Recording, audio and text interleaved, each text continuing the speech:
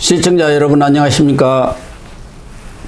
10월 4일 시사정담 시작하겠습니다. 시청자 여러분, 이재명 민주당 대표의 당무 복귀가 임박한 가운데 6일로 예정된 이균용 대법원장 후보자의 인준 문제와 5일 김행 여가부 장관 후보자 인사청문회를 놓고 여야 간 대치가 가팔라지고 있습니다. 이종군 전 데일리안 편집국장님과 자세한 내용을 알아보도록 하겠습니다. 이 국장님, 네. 이재명 민주당 대표가 영장 기각 이후에 기가 좀 살아난 것 같습니다. 살아난 정도가 아니라 그냥 기고만장이라고 하지 않습니까? 펄펄 나는 것 같은데 지금 연휴가 끝나고 4일쯤 최고위에 이렇게 자연스럽게 복귀하나 했는데 4일은 아직은 안 나오고 강서구청장 선거 투표 독려하는 티저 영상을 하나 짧게 공개를 했던데요. 어쨌든 이번 주 중에는 당무에 복귀를 합니까? 네, 그렇습니다. 이제 전 언론들이 전부 다 복귀 뭐 이렇게 지금 제목을 달고 나가는데 처음에는 오늘 이야기가 많이 나왔었어요. 예, 그러니까요. 왜냐하면 이 사의설이 나온 게 두 가지가 하나 주중 복귀의 가장 큰 이유가 하나가 강서구청장 선거. 예, 그렇죠. 지금 김기현 저쪽 대표 그러니까 국민의힘 대표는 벌써 3번이나 그 강서구에 가서 직접 그 김태우 후보의 손을 들어주면서 지금 유세 현장을 누비고 있지 않겠습니까? 그런데 여기서 계속 내가 부패의 단식을 하면서 누워있다 하면 상대적으로 다르잖아요. 그 느낌이. 그러니까, 더군다나 지금 사전투표 있지 않습니까? 이게 원래 본투표가 10월 11일인데, 아시다시피, 보궐선거는, 이 선거 투표일 날 놓지 않습니다. 그러다 보니까 그냥 그 강서구민들 전부 다 출퇴근해야 되잖아요. 그래서 사전 투표의 동료가 굉장히 중요하게 된 겁니다. 사전 투표가 6일 7일이에요. 그러니까 6일 7일 전에는 무조건 나와야 된다. 근데 6일 날 나와봤자 사전 투표일 당일 날 나와서 뭐 독려한다기보다는 그 전에 나와서 뭔가 강서구청 해야 됩니다라고 뭐 이 독려를 해야지 6일 7일 날 나오게 되지 않겠습니까? 가서 그래서 이 사전 투표를 위해서 지금 나오지 않을까 하는 점 하나 하고 두 번째는 이제 지금 현재 이 대여 공세를 펼치려면 각 인사청문회가 한 것도 있고 지금 이미 할 것도 있고 이런 그러니까 지금 김행은 이제 열어야 되고 또 유인촌은 이미 열렸고 이것들을 또 더군다나 이제 대법원장까지 포함을 하면 이런 부분들을 어떻게 또 독려를 해서 대여 공사를 할 건가. 마지막으로 하나 더 있습니다. 그 다음에 이제 비명계를 어떻게 할 건가. 이렇게 해서 이 세 가지를 병상에 누워서 계속 있을 수는 없다 하고 주중엔 나와야 된다라고 이야기를 하기 시작한 겁니다. 그러니까 병상에 녹색병원에 앉아가지고도 이런 문제에 대해서 나름대로 생각을 정리를 했겠죠. 다 구상을 짜놨으리라고 보는데 뭐 24일간 단식을 했다고는 하지만 영장 기각되니까 뭐 지팡이도 없이 잘 다니는 것 같아요. 그러니까 단식은 제대로 한 것 같지는 않아요. 해상된 대로. 그럼요. 25일 동안 아마 세계 기록일 겁니다. 진짜 단식을 했다면 이건 진짜 기네스에 들어갈 게 그 어떤 정치적인 단식에 투쟁을 벌였던 그런 정치인들 중에 이렇게 숱하게 돌아다니면서 뭐 집회 시위 참가하고 당무도 다 알아서 보고 또 재판부에 또 참석도 하고 이렇게 스스로 돌아다니면서 25일 동안 아무것도 안 먹었다라고 전 세계에 얘기하면 믿을 사람이 누가 있겠습니까? 그러니까요. 그러니까 당연히 이제 일어나야지 영장 구속영장도 기각이 됐고 하니까 벌떡 일어났고 지팡이도 없이 지금 돌아다닐 가능성이 큽니다. 어쨌든 이재명 대표는 이 국장님 말씀하신 대로 이번 강서구청장 선거에서 반드시 이겨야 할 그런 절대절명의 과제를 안고 있지 않습니까? 그렇죠. 국민의힘 경우는 아무래도 이 김태우 후보의 어쨌든 결과적으로 문제로 인해서 보선이 치러진 데다 그가 워낙 야당 세가 강한 데 아니었습니까? 그렇죠. 그러니까 지더라도 설사 타격이 적지만 만약에 여기에서 김태우 후보가 당선돼 버렸다 하면은 이재명이는 골로 가버리는 거 아니에요? 당연히 더 크죠. 이건 절대적으로 사실 여당이 불리한 구도입니다. 네, 그렇죠. 거긴 18번 지금까지 선거에서 져본 적이 없고요. 지금 민주당이. 국회의원도 3명 다 강서구에 다 민주당 아닙니까? 가장 지금 중요한 포인트죠. 지금 3개의 지역구인데 그 지역구가 모두 다 강선우부터 시작을 해서 전부 다 지금 민주당입니다. 네. 이건 뭘 뜻하냐면 조직이 이미 끝난 거예요. 조직 게임에서는. 네, 그렇죠. 3개 지역구에서 조직으로 탄탄히 그냥 밀어줘 버리면 사실 뭐 진교훈이 뭐 그런 어떤 인지도가 뭐 강서구에서도 인지도가 높지 않은 싸움임에도 불구하고 일단 거기서 접고 들어가는데 이게 거꾸로 된 거예요. 그러니까 보통 옛날에는 어떤 구도든 서울에서 뭘 한다 그러면은 원래 조직이 훨씬 더 앞서고 그다음에 지는 쪽에서 바람을 일으키는데 이번에 여당이 지금 바람을 일으켜야 될 인물론하고 예. 바람하고 해서 일으켜야 될 어떤 상황입니다.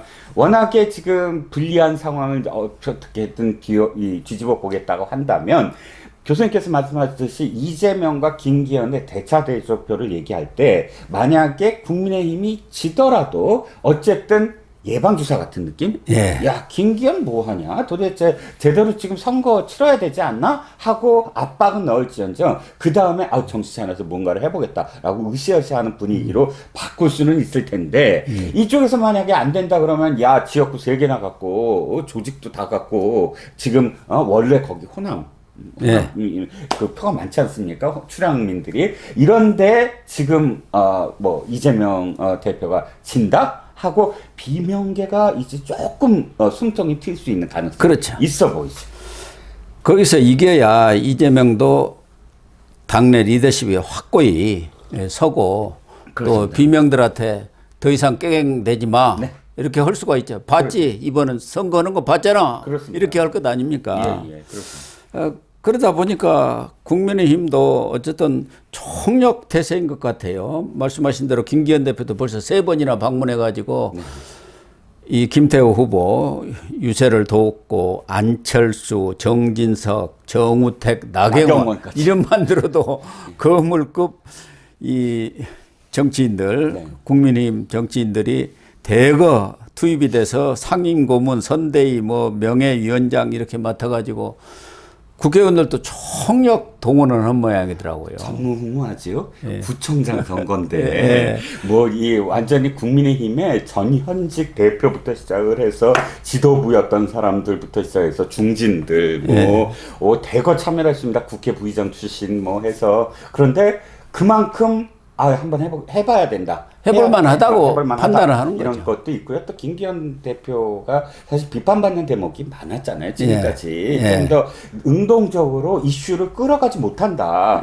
혁신, 그러면 혁신 의제로 먼저 선점해야 된다. 이런 비판을 계속 받는데 또 더군다나 열심히 해야 될 이유가 또 하나 생겼습니다. 보면 이제 오늘이 첫 번째 날이잖아요. 이 휴일 끝나고. 근데 이제 오늘 나온 그 기사들을 보면 대통령실에서 김기현 대표에 대해서 조금 더 적극적으로 나서야 되는 게 아니냐라는 메시지가 같다. 그런 지금 뉘앙스의 기사들이 나오고 있거든요. 그러니까 김기현 대표에 대해서 대통령실에서도 당이 왜 이렇게 좀 소극적이냐 이런 태도를 취한다고 김기현 대표한테 만약에 워닝이 갔다고 한다면 김기현 대표는 다른 것보다도 이 강서구청장 선거의 결과를 놓고 아마 또 대통령실에 나 이만큼 했습니다라고 할 수 있는 그래서 김기현 대표 입장에서는 거기서 김태우 후보가 승리하면은 그건 더 이상 얘기할 것도 없지만 최소한도 박빙의 싸움으로 끝나면은 그래도 김기현 대표는 할 말이 있죠. 그렇습니다. 이 어려운 상황 속에서 이 정도까지 한 것은 우리가 열심히 뛰었고 적극적으로 대표가 진두지휘했기 때문이다 이렇게 할 말이 있을 거다. 그런데 이준석 전 대표는 거기다 초를 계속 치고 있더라고. 거기서 지면은 이제 김기현이는 물러나고 원희룡 비대위가 생깁니다. 생길 것 같다. 이렇게 또 어디 언론 인터뷰에서는 그러니까 이용호 의원이 그 지라고 고사 지내고 있는 사람 같다. 뭐 이렇게 뭐 핀잔을 주었더라고요. 그렇죠. 이준석의 어떤 입장은 뭐냐면 지금 문제가 있다. 수도권에 문제가 있다. 서울과 수도권에서 제대로 싸우지 아니하면 우린 진다. 그럼 뻔한 얘기고요. 예. 그런데 지금 체제로서는 안 된다. 뻔하다. 진다. 이렇게 부추겨야만 자기가 서울과 수도권의 어떤 뭐 적임자 이런 벨트를 형성하는 적임자처럼 이야기가 나올 텐데 그래서 나온 게 수도권 위기론이거든요. 예. 이게 수도권 위기론이라는 게 민주당에서 나오는 게 아니라 유승민, 이준석 이쪽에서 나오는 건데 제가 생각할 때 수도권 위기론이라는 건 말이 안 되는 거예요. 처음부터 말이 안 되는 게 위기라는 거는 자기가 지키기에 많을 때 위기 아닙니까? 지금 103대 12석인가 그래요. 16석. 16, 103대 16. 103대 16입니다. 16개를 다 잃으면 위기겠죠. 지금 한 45 정도만 갖고 와도, 그러니까 한 30만 갖고 와도 30 이상만 갖고 와도 성공입니다. 성공입니다. 그러니까 100석에서 30만 갖고 와도 전체적으로는 65대 40 뭐 몇 되겠지만 그럼에도 불구하고 지금 우리 이 선거에 봤을 때 19대인가요 보니까 65대 49인가 해갖고 이 수도권에선 졌지만 전체적으로 40석을 획득함으로써 획득함으로써 이제 그 전체적인 어떤 판세에서 유리한 그런 고지를 했던 적도 있거든요. 그렇죠. 19대 수도권에서 43석 얻었고 전체로는 152석이고 네네. 당시 야당 민주당은 127석이었습니다. 그러니까 16석에서 43까지만 가도 되는데 30 중반만 넘어서면은 네네. 충분히 승산이 있어요. 제1당으로서의 발돋움을 할 수 있는 선거를 이길 수 있는 그런 예상을 해볼 수가 있거든요. 어쨌든 그렇죠. 이재명 대표로서는 지금 강서구청장 보선을 내년 총선의 전초전이다. 바로 밑에다. 이렇게 하면서 지금 판을 키워가지고 이걸 이긴 걸 자기의 큰 업적 공적으로 세워서 내 리더십이 이렇게 그렇죠. 강하다. 이걸 지금 보여주려고 하기 때문에 진교훈 후보한테 지금 올인하다시피 하고 있는 거 아닙니까? 그렇습니다. 그러니까 뭐 이번 주말 전에 나오겠죠. 예, 나오겠죠. 그래갖고 현장 유세에 가서 뭐 지원 연설을 한다든지 아니면 그 최고위원회 또 한 번 소집해갖고 현장 최고위원회를 한다든가. 이재명이라는 사람의 가장 큰 특징이 뭐냐면 모든 게 나로 인해서 이루어져야 돼요. 예. 한 번도 팀플레이를 하지 않아요. 당대표가 그러면 안 되는 거거든요. 예를 들어서 옛날에 뭐 저는 좋아하진 않는 사람입니다만 박지원 같은 경우는 자기가 지도부였을 때 원내대표 같은 거 있을 때 어떤 정보들을 파악하면 그 정보를 자기가 다 얘기하지 않고 초선 누구, 뭐 재선 누구 해갖고 저격수를 할 수 있게 딱 나눠주잖아요. 이렇게 팀이 돼서 할 수 있게 하는 게 아니고 이재명은 처음부터 끝까지 자기가 조명을 받아야 되고 자기로 인해서 결과가 나와야 된다. 지금 한 1년 가까이 당대표 하면서 다 죄다 그렇게 이끌어가고 있잖아요. 그러니까 지금도 마찬가지입니다. 이 강서구청장도 내가 나서서 해야만 결과가 이렇게 나온다라는 걸 보여주고 싶어서 아마 좀이 쑤셔서 더 이상 누워있지 못할 겁니다.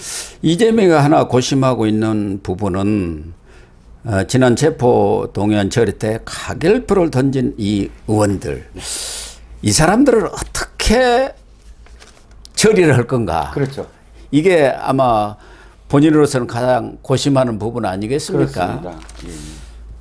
외관상으로는 바로 찍어내기 했다가는 이재명 저 독한 사람 그럴 줄 알았다 이렇게 될 것 같으니까 지금 본인은 침묵을 지키고 있는데 이재명의 뭐 호위무사이고 대리인이라고 할 수 있는 정청래는 고름이 살되지 않는다. 싹둑 잘라내야 한다고 계속 바람을 집어넣고 있는 거 아닙니까? 그렇죠. 그런데 아마도 이재명 입장에서는 지금 당장은 아니다. 계속 압력은 넣되 당 자르는 거는 조금 나중에 해야 된다라는 계산을 좀 할 것 같아요. 왜냐하면 표결을 해야 될 게 한두 가지가 있거든요. 실제로 가장 근접하게 표결해야 될 게 4월 6일인가요? 이균용 대법원장 나중에 또 말씀드리겠지만 그때 표결을 해야 되는데 만약에 지금부터 막 난리를 치고 저 공적이다 당장 잘라야 된다 그러면 알았어 이제부터 내가 알아서 투표할게 이렇게 나설 수 있는 사람들이 있거든요. 이렇게 되면 어쨌든 대여 전략의 큰 어떤 그림에서 누수가 생기면 안 된다라는 생각을 하기 때문에 또 더군다나 지금 당장 자기가 단식에서 일어나자마자 그 사람들을 자른다? 저 이 생각이 나요. 옛날에 왕들이요. 이 누가 충신이고 누가 간신인지 뭐 아니면 누가 반역자인지 이거 가려낸다는 핑계 대고 이양하는 거 있죠. 선유를 하잖아요. 선유. 예, 예. 그러면 이제 가서 석고대죄를 해야지요. 예, 예. 그런데 석고대죄하지 않고 뜻을 받잡겠습니다. 그러면 그 역적대가 나중에 벌떡이면서 다 죽여버리잖아요. 지금 그 스타일이 딱 떨어지지 않습니까? 아유, 저기 뭐야, 내려놓겠습니다 해놓고, 실제로, 내려놓겠습니다 약속을 지키세요 하고 가격표 찍은 사람들 전부 다 잘라내면, 바로 아마 이 내부에서 동요가 일어날 겁니다. 그래서 우선 뭐 강서구청장 보선도 있고, 또 인사청문회, 이 인준이라든가 이런 투표들도 있기 때문에, 당장은 이재명 대표가 칼을 빼지는 않을 것 같고 네. 서서히 압박을 가하다가 공천 무렵에서 싹둑 잘라버리면 그만 아니에요. 그렇죠. 그래서 지금 나오는 게 완충적인 어떤 방법으로 중진 험지 출마론. 중진 험지 출마론이 나오더구만. 예. 그렇게 해서 자연스럽게 왜냐하면 잘릴 사람들이 전부 다 초선이 없어요. 다 중진들 아닙니까? 3선, 4선, 5선. 비명계라고 얘기하는 뭐 서른이 뭐 시작을 해서 이상민 의원, 이상민 대표적인 이원우 뭐 다. 예. 그러다 보니까 자연스럽게 비명이라고 자르는 게 아니라 사롭게 수혈을 해야 돼, 물갈이 해야 돼. 그래서 중진들을 전부 다 험지에 자진 출마해야 돼. 이렇게 압박을 넣기 시작하는 게 이제 자연스럽게 이 비명에 대한 압력이 되는 게 아닌가라는 생각도 들고요. 아무튼 이재명 대표가 이번 주 중에 곧 이 당무 복귀가 초입기에 들어간 상황이기 때문에 당무 복귀 이후에 전국이 어떻게 전개될지 정말 귀추가 주목이 되는데요.